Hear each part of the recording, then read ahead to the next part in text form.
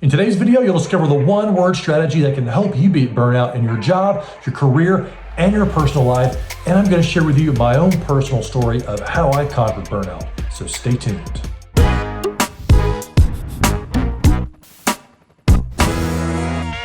Welcome back to my show where high performers get promoted, get productive, and get the corner office. I share a new episode every Wednesday, so make sure to like and subscribe to this channel so you'll be notified when a new episode is available to accelerate your career. In today's episode, I'm going to be sharing with you the one word that can help you beat burnout.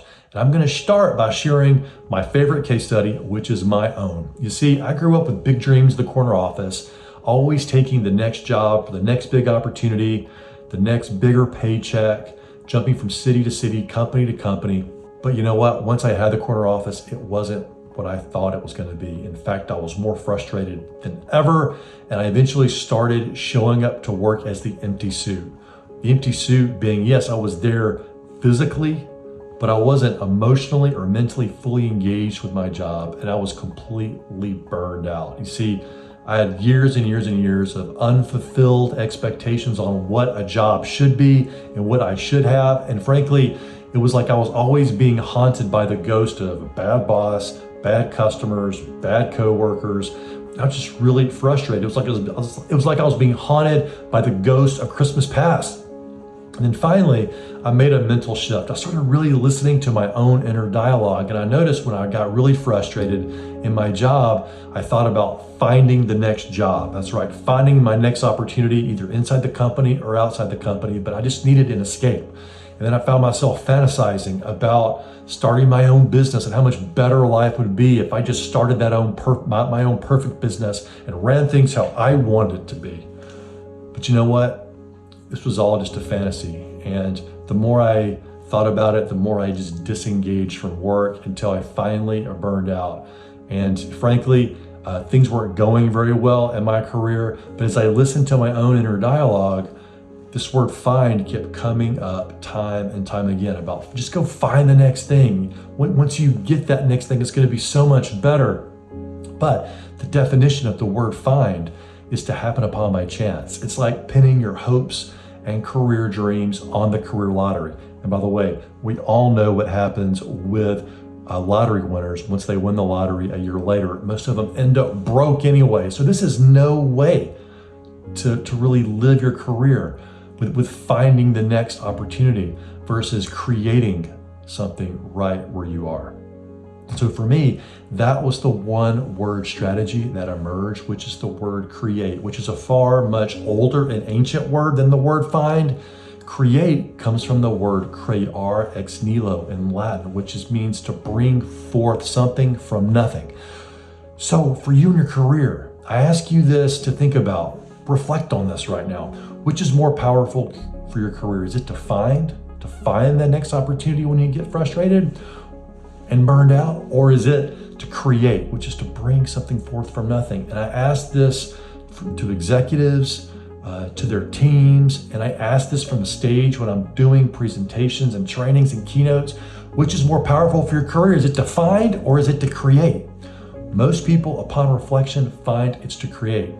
And so that's the one word strategy to help you beat burnout, is to create something new. When you're feeling burned out and you're experiencing the frustration in your job, your career, or in your personal life, instead of just escaping and thinking about finding the next thing, notice the opportunities right where you are. That's right, notice the opportunities right where you are. That's often the best place to start creating and embracing your power to actually do something about it. So in order to help you create your dream job or your dream career opportunity right where you are versus going finding it somewhere else, to really rekindle and reignite your opportunities there, I'm going to walk you through these 3 quick strategies. Number 1 is to focus on the job you have, not the job you wish you had. And this is where disengagement comes from. When you get frustrated and you get burned out, it's easy to just start fantasizing about the next opportunity, but that becomes an energy drain. Focusing on the future and really daydreaming about it versus looking at the opportunities. Take it from University of Alabama football coach Nick Saban, who said, "The grass is always greener on top of the septic tank." Meaning that, yes, indeed, the grass may be greener on the other side, but it's often the same crap or even worse. So instead of just fantasizing about what could be, really embrace the opportunities right where you are. For me in my career, this made all the difference. Look at the relationships you have. Look at the opportunities to mold your job description and your career opportunities right where you are. Something interesting that usually happens is when I go into an organization and I talk to frustrated leaders, and I'll say, can you provide me a copy of your job description? And they usually say, Ben, I hadn't seen that in years, or something along those lines. In other words, their job and your job isn't actually what's in your job description. Usually there are some core value items that you provide in that, or core value activities that you do. They're actually listed on your job description, but most of them are quickly outdated once you get into the role because organizations are dynamic and they change and they switch based on external needs of the organization and also changes inside the organization. So the key is to understand what are your most value add activities that you contribute inside the organization. And then when you understand that what's on the outside of that is actually more negotiable than you realize. And that's the area where you can begin to start to craft a better opportunity for yourself. Number 2 is to notice the energy level impact of your work activities. I believe that every work activity that you or I do either increases our energy levels or drains our energy levels. But the key is to notice. Most people have no idea they're working throughout their day and they're wondering why at the end of the day they're feeling drained. And maybe they blame it on their diet or they blame it on that they're working really hard. And yes, all those things can be impacting it, but I will tell you this, if you begin to notice the impact of your work activities on your energy level, it gives you a very easy way forward to craft a more energized and a better feeling workday from a burnout perspective. So do this today. Begin to take notes or notice every work activity, whether it's a meeting, whether it's an analysis you're doing, whether it's a presentation you're doing, whatever it happens to be for you, notice the energy level impact. That's right, just notice it. Just by noticing it, you can begin to shift your workday in a way towards the more energizing activities. So for me, early on in my career, when I was really experiencing burnout, I was doing a lot of financial analysis. And I was pretty good at it. And I even became known for my financial analysis expertise. And a lot of people were coming to me to help them do different cost analysis and projections and whatnot. It turns out this is actually a really draining activity for me. A very draining activity for me. For you, it might be the opposite because we're all a little bit different, but for me, it was a very draining activity. But what I discovered was when I was doing presenting, that actually increased my energy levels. And I felt a little bit better after I did a presentation. I would feel more energized. And so the little tweak I made in there was I would actually create an analysis with the intent of presenting.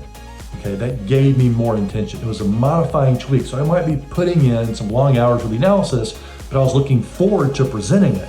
And when I did the presentation, it actually brought my energy levels up. So this is a great example that you can apply.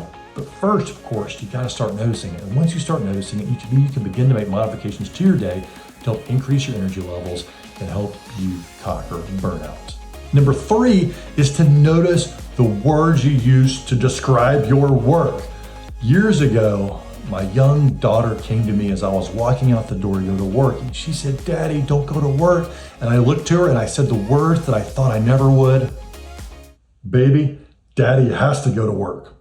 Now, when I said, "Baby, Daddy has to go to work," fortunately, my wife was standing right there and she was just shaking her head. And she said, "Ben, you said Daddy has to go to work." Turns out we'd spent years ourselves trying to change the vocabulary around work. As long as work is a have to, it's not going to be very fun, okay?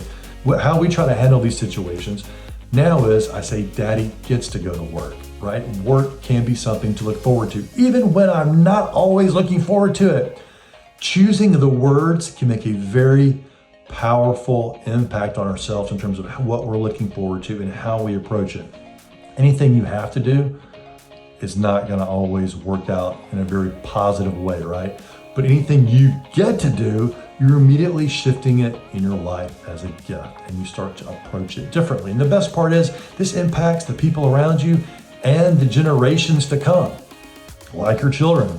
Now, nothing against, of course, Dolly Parton here. However, have you ever listened to that song, working 9 to 5, ain't it hard to make a living, working 9 to 5, it's all taken and no giving. That's right, it's all taken and no giving.